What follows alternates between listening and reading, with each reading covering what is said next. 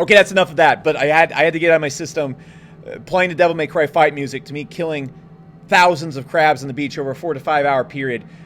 I think it's pretty funny.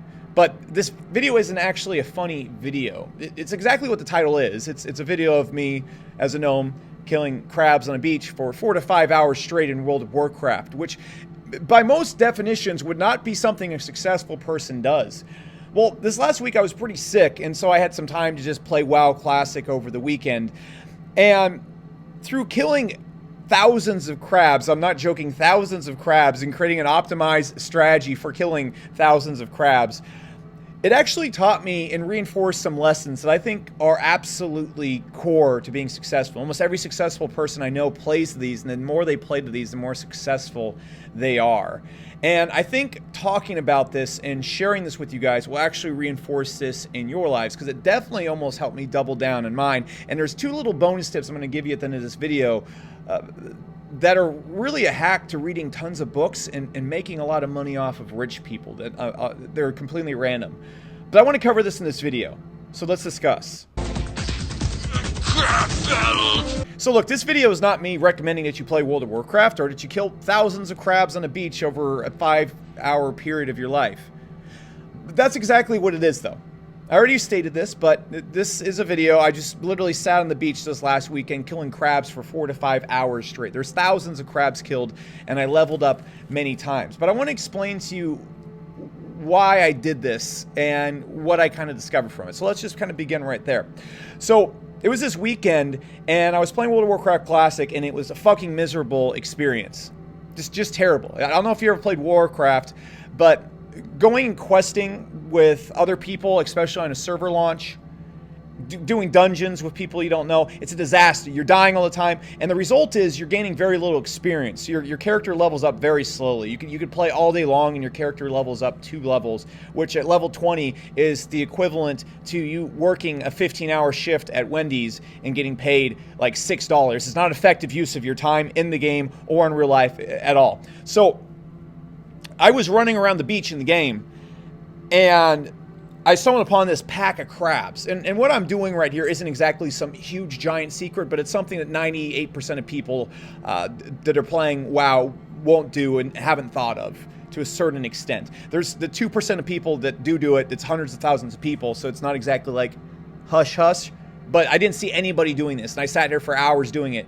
And so what happened is I started killing these crabs, and I said, okay, I can understand it. If I'm going out there, I'm going to be getting about 10,000 to 15,000 experience points per hour, and it's going to be a miserable experience. I wonder if I just sat here and killed crabs for 10 minutes. I could basically calculate how many crabs I kill in a 10-minute period and how many experience points that equates to, multiply it by 6, and I can see my XP per hour.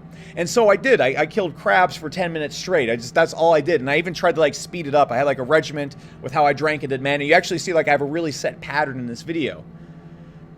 So after about 10 minutes, I realized I was generating about 3,000 to 3,500 XP every single 10 minutes, equating to about 30,000 to 35,000 XP per hour, which was almost double, or almost 2.5-ish what I was doing, being miserable, running quests and getting killed all the time. So I thought to myself, okay, how can I optimize this shit? How can I turn this into something to get maximum benefit? And so what I did is I actually went on the auction house and I went and bought like all these certain things, and I came up with a specific rotation of spells and a specific rotation of when you're supposed to drink to restore your mana, and this a complete optimized regiment for killing crabs. And that was actually how I was able to get it to the 40,000 XP per hour. Now, the result of this is I was able to level way faster, get 5 more levels than the average person, and get far better results from my time spent on World of Warcraft. And in life, really, it all comes down to getting much better results than other people. Now, what's the point of all this? What is the point of all this? Well, if you actually look at that story and the things that happen throughout the day, there's a lot of key lessons that you should take away, and the first one being you probably shouldn't invest your time in World of Warcraft, but if we can actually go and turn this into something beneficial, here are the core lessons. So the first thing you need to take away is that, let me explain it this way.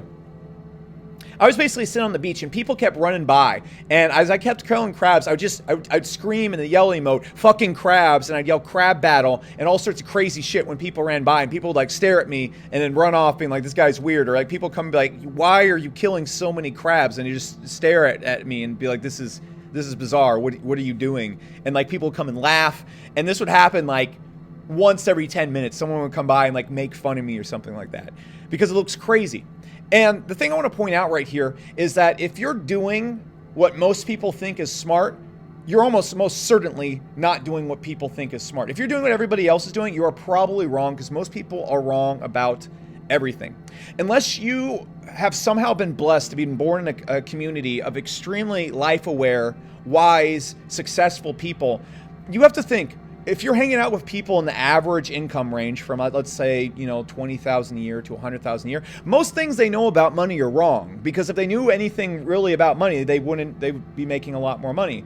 And most people are overweight. Most people are very unhealthy. Most people don't have a good diet. Most people aren't good at really anything, if you think about it. And I'm not really insulting people. I'm just saying, if you look at how income is split apart, if you look at how people do in their dating lives, you look at how people do with their health, you know, really only 20%, 10%, 5% of people really, and in the income world, only 1% of people get 99% of the results. So by default, if you're doing what most people are doing, you can almost be 100% sure you are making incredibly stupid mistakes and you're doing everything wrong. And I think this kind of study, not this study, this isn't like a scientific case study, but this kind of experiment right here puts that in perspective.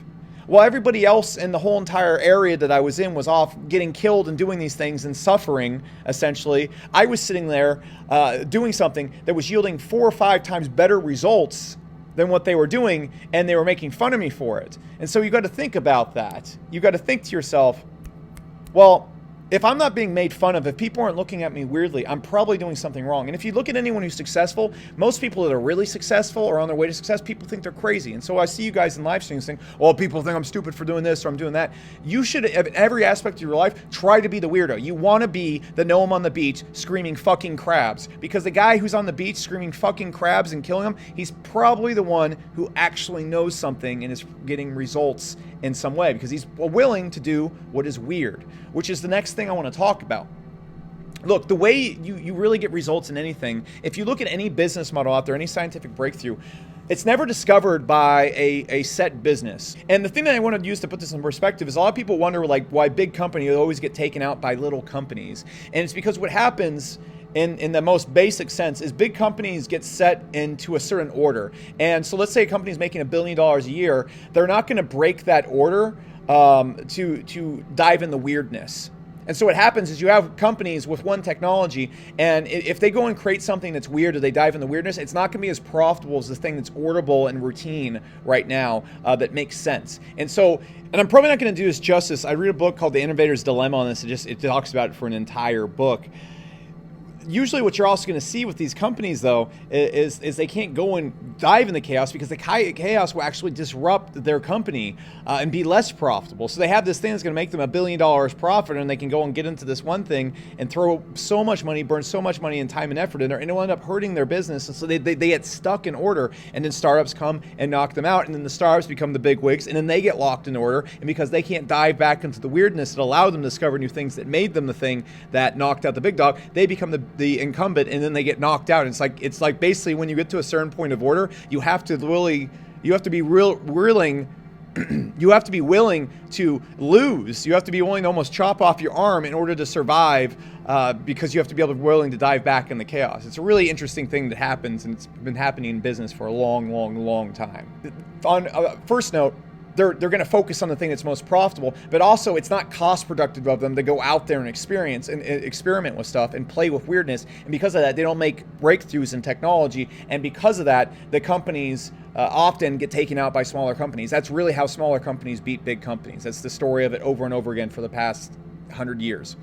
So you have to understand that in life, how you get results is by abandoning things that are working and diving into things that make absolutely no sense. Because how progress happens is you dive into something that's weird and makes no sense, and you eventually stumble on something that's beneficial. You stumble upon something that's beneficial. If you look at every breakthrough in technology, every breakthrough in computers, if you look at breakthroughs in medicine, it's almost always this. A guy's fucking around with something. For example, the laser. The laser that's used in laser eye surgery and to play disc, and has been a core component of so many advances in the many past decades. If you look at that technology, if you ask the guy who was inventing it, why he invented it, it wasn't to do any of those things. He wanted to go and condense light into a really small beam for shits and gigs. He was playing with weirdness. So what I did right here, and I'm not touting my horn, what I've done right here has been done by tens of thousands, hundreds of thousands of players before. I'm just saying it's an abnormality if you look at the 100 million plus people that play World of Warcraft. And so what I did right here is I thought to myself, all right, what everybody else is doing, what I've been doing, it works. It's clearly the thing that everybody else is doing. But what if I did something weird over here and just did something that doesn't seem counterproductive and just did something very unsexy and very boring, which is kill crabs on the beach? And by testing that and playing with that, I was able to go, okay, this actually has some merit. And then what I did is, as soon as I discovered something in the chaos that makes sense, I went in and I optimized the shit out of it. I turned it into order. Okay, and that's what I do with my businesses. That's what really successful people do with their businesses. And that's what really successful people do with anything. And so when you see a lot of people start their first businesses, they dive in the chaos, they find something that makes sense, and they turn it into order. And that's a really good example right here and ties into the story. And by far the things I've done in business, and I see other people doing business, are much more remarkable in this, but I think it really dumbs it down to a really basic level. Now, I want to point out one other thing. If you go and study the history of, especially the Industrial Revolution, if you go study Rockefeller, you go study Henry Ford, you go study a little bit of JP Morgan, and frankly, if you go and look at like Uber, or you look at Airbnb, or you look at Amazon, you're going to see a lot of these businesses. It's so easy when you get started in business, and even when you're already in business, to think that really how success happens and how people really take over industries is by one big sexy idea. All right, they're doing something sexy.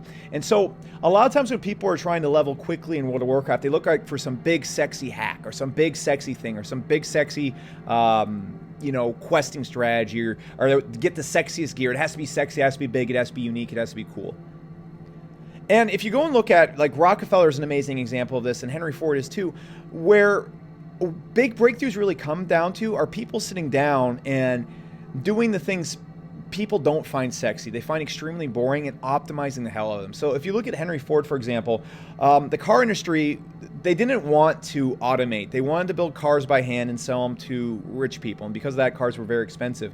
And so what Henry Ford did that put almost every other car business on its head was he came in and he said, all right, how can I sell these things for as cheap as possible, and how can I cut the cost and automate it to the point where a person that's completely unskilled, has no experience doing anything, can be trained in 5 days to build a car. And of course, that's the assembly line right there. And so he took something, and then he went out there and he started splitting up the plants. And so he'd start making parts in different plants. And basically all Henry Ford did his entire career is find ways to micro-optimize things by 0.5% by 0.5%. So that's half of 1% every single time. That's all he did his entire career. Just did big, unsexy things like that. And of course, he made the assembly and all that, but that was just a result of micro-optimization of a process that people didn't want to do in the first place. If you look at Rockefeller, one of the things he would do, his key wasn't having some big, sexy business plan. It was basically going out there and finding all these crazy oil refiners and undercutting them with pure optimization to the point that they couldn't compete, and then uniting them all under one umbrella, and just slowly building and optimizing everything down to the nickels and pennies and so on and so forth. That's really how he took over the oil industry and became one of the richest men on earth. So what am I saying right here? Again, I'm not comparing killing crabs on the beach to Henry Ford. What I'm saying right here is it really puts that lesson in perspective right there. Everybody's out there looking for the big sexy thing, when the thing that is really most beneficial is sitting down and taking out the fucking trash. Okay, it's sitting and finding. What I did is I found the way to move the least, the best potions to take, the best food to take, the best spells to cast, the best order to do it, and the best rotation to do everything in. So I spent as little mana so I could harvest as much XP as possible per minute. Now, was that necessary to really get the maximum benefit from what I was doing here? No, not at all. Okay, it's just me being goofy and optimizing for the sake of optimizing. But the result of that is maybe, you know, an extra, I don't know, 500 XP over 10 minutes. You do that times 6, that's an extra 3,000 XP per hour. Stuff like that is where you get your edge at. It's not in the big sexy things. And if you can find the processes that other people don't want to participate in, for example, no one wants to sit around for 5 hours and kill crabs on the beach. No one wants to do that. But I did. And because of that, I was able to grow a lot faster. Now, am I going to do this all the way to level 60? No, I'm not fucking playing World of Warcraft right now. I got other stuff to do. I was sick this weekend.